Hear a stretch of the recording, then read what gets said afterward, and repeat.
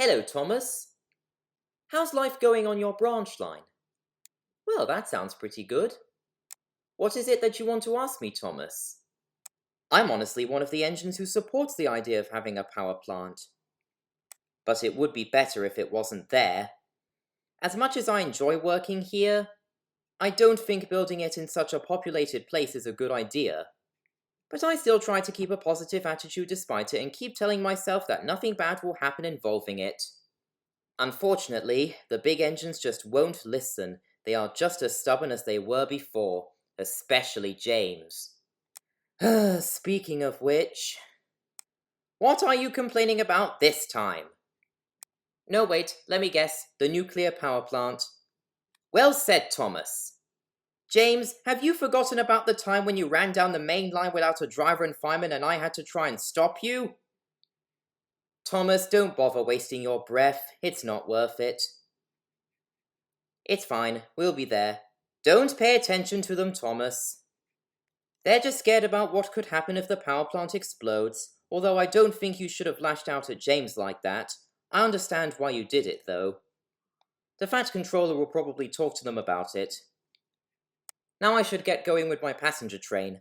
See you later, Thomas. Gordon and James are arguing with those diesels.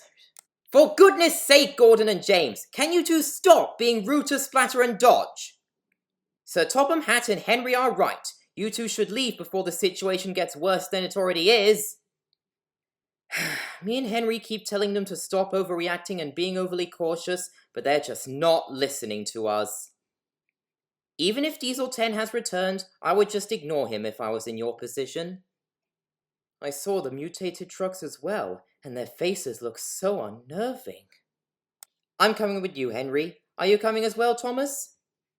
Alright, you shunt their coaches and we'll go on ahead. I hate to admit it, Thomas, but I actually agree with Gordon and James. Even though I told lies about them and Henry, they have a point about Splatter and Dodge being pathetic idiots who can't do anything. Believe me when I say this.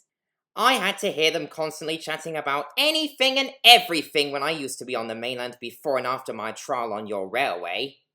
I've also heard from James about the nuclear power plant on the Redone branch line, and I've also seen it whenever I shunt at the docks. Me and Duck may be rivals, but the power plant being dangerous is one of the few things we can both agree on. Anyway, we should probably shunt Gordon's and James's coaches away before they get more annoyed. Whew, finally, we're finished with our shunting.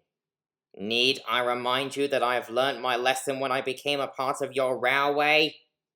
Sure, I may be a jerk sometimes, but I secretly respect working with steam engines. If we're finished talking, I should probably get going to the diesel works. I'll see you tomorrow, Thomas. Only if you promise not to crash into a station master's house. Daisy tells me a lot of things, Thomas.